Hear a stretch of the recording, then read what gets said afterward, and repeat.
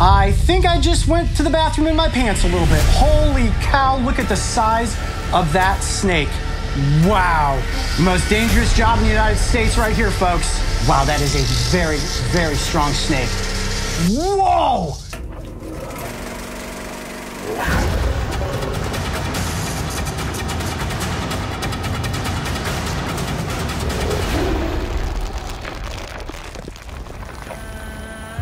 When it comes to creatures that humans are afraid of, I always say there's the three big S's: sharks, spiders, and snakes. You're very unlikely to be attacked or bitten by these animals, yet unfortunate accidental encounters do happen. And in a worst-case scenario, a single bite could put your life on the line. Today we are visiting the Reptile Discovery Center, located in DeLand, Florida. Owned and operated by Carl Barden, this serpentarium is home to dozens of the world's most dangerous snakes, many of which are on display to educate the public. This location is also a med-toxin venom laboratory, and it's the dangerous work going on behind the scenes that is saving human lives. Ooh, venomous reptiles. Good morning, Carl. Coyote, how you doing? Welcome. Good. How are you? Thank you for coming. Mara? Good morning, Coyote. Welcome. Thank you guys so much for having me. This looks like the ultimate snake milking setup. This process is incredibly important. You guys are milking these snakes for the creation of antivenom. So tell us a little bit about this process. And I would classify this as arguably the most dangerous job in the United States at this point. But we never see it that way. We always think it's pretty well practiced. We do it so frequently. We handle 50 to 100 snakes a day, typically 4 or 5 days a week. And probably most importantly, a number of these venoms are produced for the antivenoms, both here in North America and around the world. So let me just repeat that real quick. You said between 50 and 100 snakes a day. Have you ever been bitten in the process of milking snakes? Because accidents do happen. We have about 500,000 venom extractions now, and every once in a while, right, he zigs and you zag, and the whole thing goes bad. So I've had 11 snake bites in the last 27 years. Only 9 of those resulted in envenomation and actual hospital stays. We had 2 of those bites were dry. But then you'll see the work here at the table is close work, but it's really rehearsed, and it's done very carefully and methodically. And so we like to think it can be done very safely. So the first snake that we're going to get out from this, you see there's these enclosures behind me. Now, let me ask you this question real quick. How many snakes total do you guys have on? We've got about 1,000 on site right now, about 500 on the venom line. Okay. The first snake that we're going to take a look at is the southern copperhead. And, oh, wow. Oh, my gosh, beautiful. And that's a big example of a southern. I was going to say. This is about the northern size. I mean, this is about as big as these guys get. And she's really a perfect example. That's a big copperhead. I was going to say, I've seen my fair share of copperheads. This is without question the biggest one I've ever seen. Wow.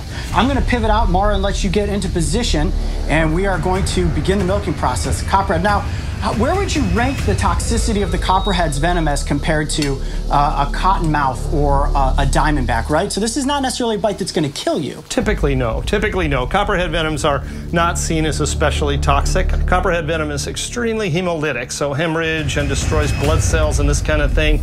And that's a lot of copperhead venom, something like 50 milligrams in a shot, perhaps a little bit more for her. And probably takes well over 100 milligrams of copperhead venom to actually kill somebody. So it's just not typically a lethal dose that you get in a bite. She's beautiful. If you want to touch her, it's just a spectacular snake. Oh my gosh. In every regard. And we always think that color, that pattern is just unmatched. Amazing. I mean, that venom yield right there, you can just hear the power of those fangs going into the little plastic covering a very there. decisive bite, a rapid bite. And so, it's an easy snake. You can see why copperheads bite more people in the eastern United States than anything. Yep.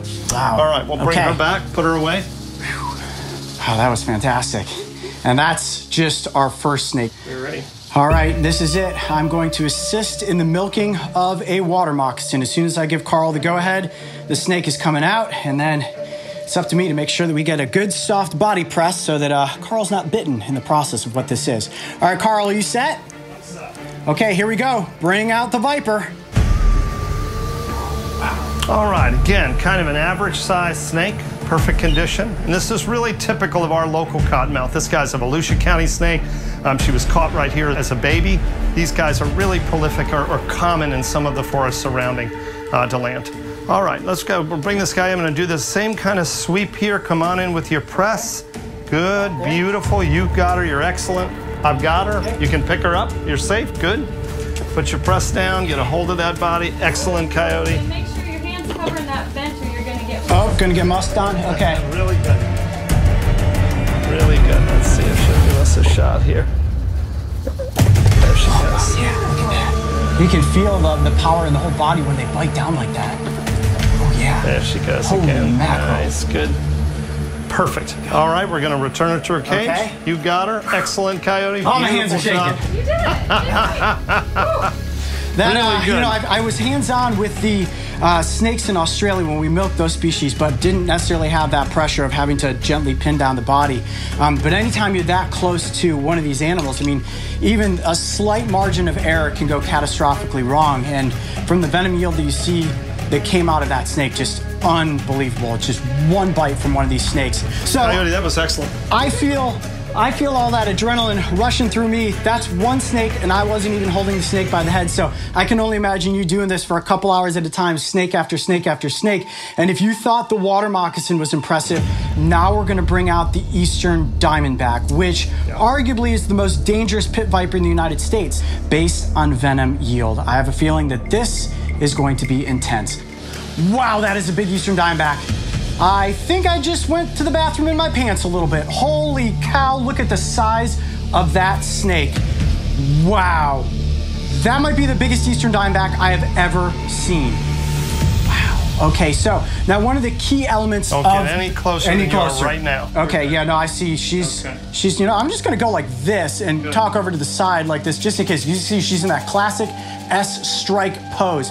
Now, what makes these snakes so dynamic is that heat-sensing pit on the front of their faces, right? So right now she's looking at me, she sees a heat signature that's definitely too big to be a prey item, which means I am likely a predator. I'm a threat at this moment. And like Carl said, I don't want to get any closer because as you can see, they strike incredibly fast. And that strike happens so quick, if you're bitten by a snake of this size, it has the potential to kill you without question. No question about it. All right, an eastern diamondback, a bite from an adult eastern diamondback rattlesnake is a potentially fatal snake bite. There's no question.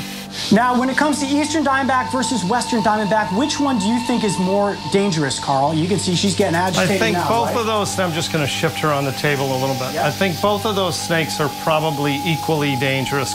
Eastern diamondback venom is probably just the slightest bit more toxic, but just a little bit. And quantity-wise and size-wise, both of those guys are very serious rattlesnakes. So I think you're probably an equal on danger. Is everybody good? I'm going to go ahead and catch him.